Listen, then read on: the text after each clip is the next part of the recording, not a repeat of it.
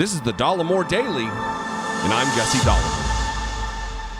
You know how Donald Trump's new thing is to talk about the death penalty for drug dealers? It's like a feature of his personality. He wants suspected shoplifters shot on sight by police, giving wild extra-constitutional powers to armed agents of the state.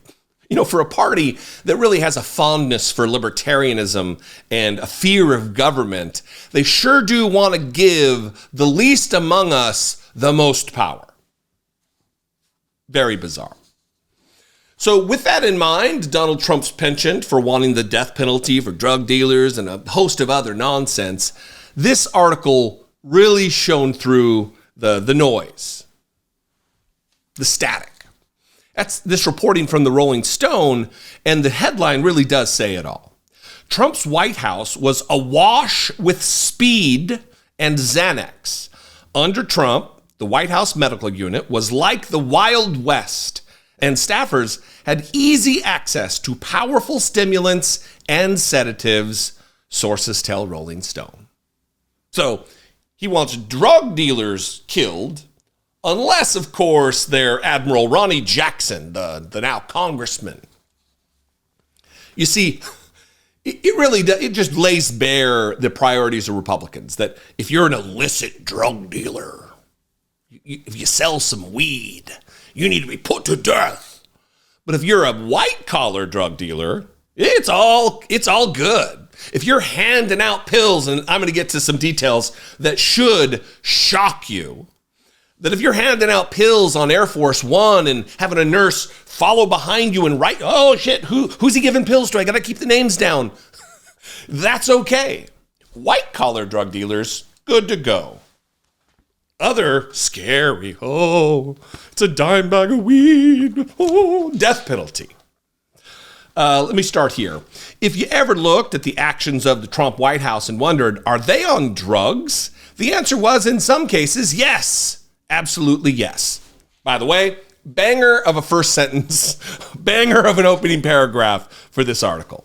In January, the Defense Department's Inspector General released a report detailing how the White House medical unit during the Trump administration distributed controlled substances with scant oversight and even sloppier record keeping.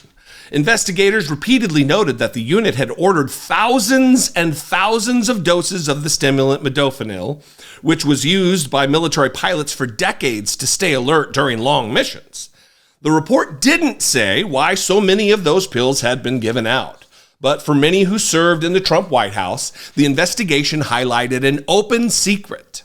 According to interviews with 4 former senior administration officials and others with knowledge of the matter, the stimulant was routinely given to staffers who needed an energy boost after a late night or just to pick me up to handle another day at a uniquely stressful job.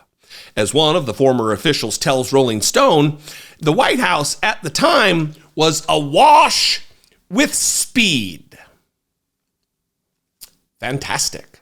So the guy who said Donald Trump was 209 pounds or some other lie is the guy who's just handing out the drugs, handing out the narcotics and the barbiturates and the amphetamines to his to the Trump staffers who have important jobs, people who work for the President of the United States, and we'll get to that. Knowledgeable sources say the samples of the stimulant were passed around for those contributing lines to major Trump speeches, working late hours on foreign policy initiatives, responding to special counsel Robert Mueller's probe, coping with a deluge of media inquiries about that investigation, and so much more. Parenthetically, Trump's campaign did not respond to an email seeking comment for this story. Modafinil, also known by his brand name Provigil, none of these I'm familiar with, wasn't the only controlled substance the Trump officials, young and old, routinely acquired. Quote, it's kind of like the Wild West. Things were pretty loose. Whatever someone needs, we were going to fill this, one source with direct knowledge of the matter recalls. The anti-anxiety medication Xanax was also a popular, easy-to-get drug during the Trump years, 3 sources tell us. Neither Xanax nor its generic aprazolam, I'm probably butchering these, by the way, I'm an ibuprofen guy. That's about as harsh as it gets. Neither Xanax nor its generic aprazolam is mentioned in the Pentagon report, which notes that it is not a comprehensive list of the controlled substances ordered during the Trump years. Two people with direct knowledge of the situation recall senior officials getting Xanax from the White House medical unit and sharing it with colleagues. That's a felony. That's a crime. Law and order, unless it's us. She, and this is, I skip ahead here. Again, this article will be at the bottom of the description. I encourage you to read every single word. It is important, and there's a lot more here that I'm not going to read. This is talking about Stephanie Grisham, the final press secretary for the Trump White House. She, Stephanie Grisham, describes a procedure broadly familiar to staffers across administrations. On overseas trips, physician to the president, Dr. Ronnie Jackson, would come around Air Force One asking Donald Trump's senior staff if they needed anything. This included Provigil and the sleep aid Ambien, and he would hand them out, typically in the form of packets with 2 or 3 pills in them. When this happened on Air Force One, a nurse would be trailing him, writing down who got what. That's not how it works. Have you ever been in a doctor's office and the doctor just comes out willy-nilly, slanging the pills with a nurse trailing, writing down who got what? That's not how it works. Final paragraph here. It's back home where things got sloppier.